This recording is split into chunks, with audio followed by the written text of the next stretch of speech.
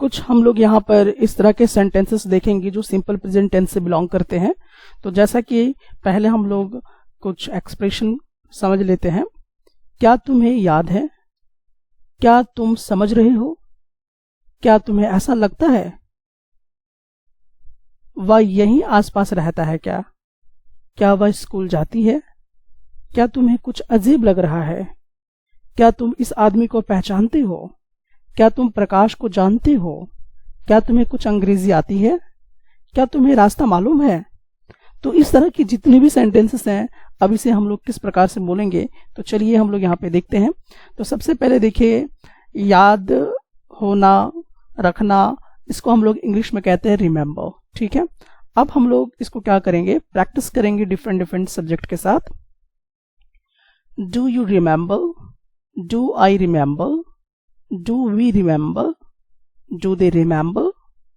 Does he remember? Does she remember? Do both of you remember? अगला देखिए यहाँ पर, क्या तुम समझ रहे हो? तो समझना को हम बोलेंगे understand. Do you understand? Do I understand? Do we understand? Do they understand? Does he understand? Does she understand? Do both of you understand? अब think so का मतलब होता है ऐसा लगना। तो अब यहां पर देखिए, क्या तुम्हें ऐसा लगता है? Do you think so? Do I think so? Do we think so? Do they think so? Does he think so? Does she think so? Do both of you think so? अब यहां पे देखिए, live around here, ठीक है, यहाँ आसपास रहना को हम इंग्लिश में कहेंगे लिव अराउंड हियर। वह यहीं आसपास रहता है क्या? ओके, इस तरह का एक्सप्रेशन हम लोग यहाँ पे देख सकते हैं। Do you live around here? Do I live around here? Do we live around here? Do they live around here? Does he live around here? Does she live around here? Do both of you live around here? Go to school का मतलब आप जैसा कि जान ही रहे हैं, expression के तौर पे लिख सकते हैं हम लोग यहाँ पर कि क्या वह स्कूल जाती है या क्या तुम स्कूल जाते हो। Do you go to school? Do I go to school? Do we go to school? Does they go to school? Does she go to school? Does she go to school? Do both of you go to school? तो यहाँ पर आपको ये भी ध्यान रखना है कहाँ पे डू लग रहा है, कहाँ पे डज लग रहा है। ठीक है, okay, next, feel any wonder. ठीक है, अब यहाँ पर देखिए क्या है, कुछ अजीब लगना को हम लोग क्या बोलते हैं, फील एनी वंडर। ठीक है, क्या तुम्हें कुछ अजीब लग रहा है? इसको आप अदर तरीके से भी कह सकते हो, क्या तुम्हें कुछ अजीब लगता है?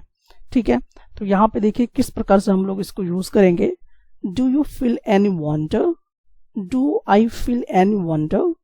Do we feel any wonder? Does he feel any wonder? Does she feel any wonder? Do both of you feel any wonder?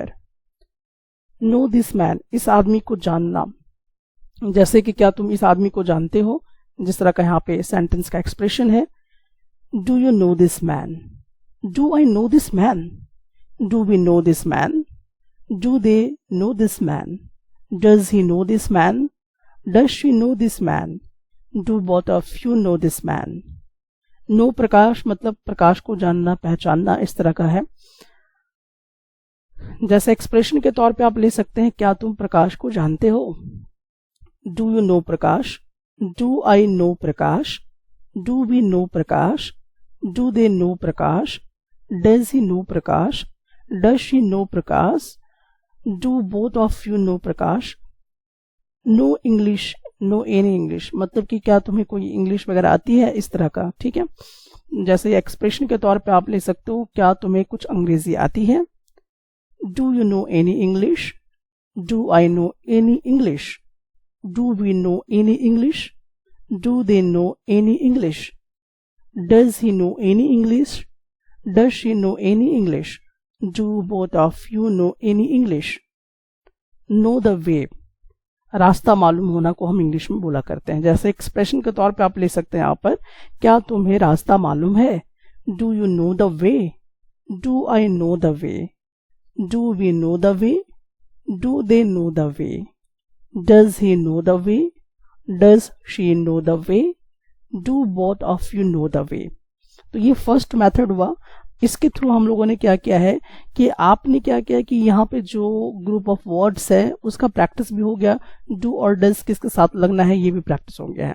लेकिन डू डज और अच्छे ढंग से प्रैक्टिस हो जाए और अच्छी आपकी वोकैबुलरी हो जाए तो इसके लिए अब हम लोग सेकंड मेथड यूज करेंगे। आपको यहाँ पर इस वालों को फिक्स रखना है और सबके साथ बोलना है। Do you remember? Do you understand? Do you think so? Do you live around here? Do you go to school? Do you feel any wonder?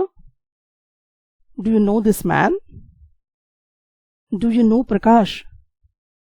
Do you know any English? Do you know the way? अब हमारे पास है do I. Do I remember? Do I understand? Do I think so? Do I live around here? Do I go to school? Do I feel any wonder? Do I know this man? Do I know Prakash? Do I know any English? Do I know the way? Do we? Do we remember? Do we understand? Do we think so? Do we live around here? Do we go to school? Do we feel any wonder? Do we know this man? Do we know Prakash? Do we know any English? Do we know the way? Next हमारे पास है do they. Do they remember? Do they understand? Do they think so? Do they live around here? Do they go to school? Do they feel any wonder? Do they know this man? Do they know Prakash?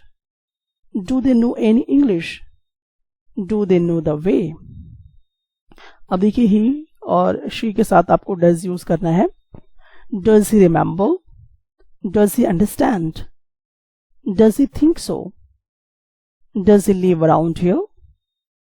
Does he go to school? Does he feel any wonder?